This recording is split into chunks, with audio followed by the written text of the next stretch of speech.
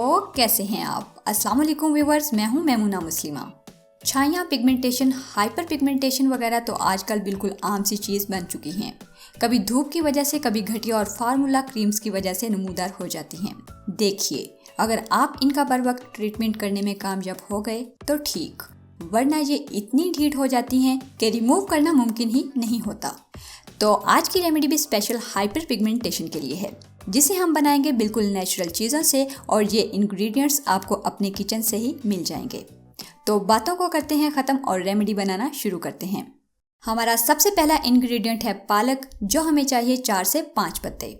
इन पत्तों को पानी में डालकर थोड़ा सा उबाल लें और फिर उन्हें ग्राइंड कर लें अच्छे से। पालक विटामिन ए, ई, सी और ख़ास तौर पर आयरन का बहुत अच्छा सोर्स है, लगाने में भी और खाने में भी।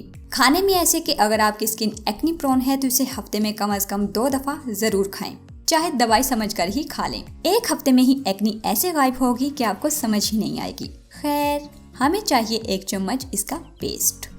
इसके बाद 1 चम्मच एलोवेरा जेल।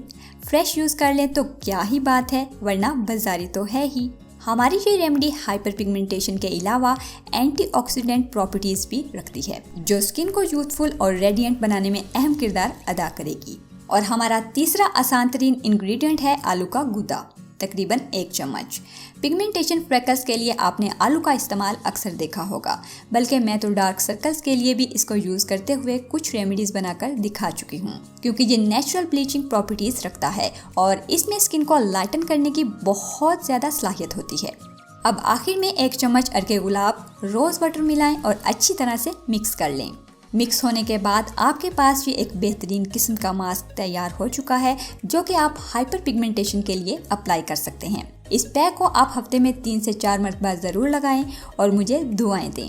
लगाने का तरीका वही पुराना, स्किन को साफ करें, अप्लाई करें और 15 से 20 मिनट के लिए लगा रहने दें।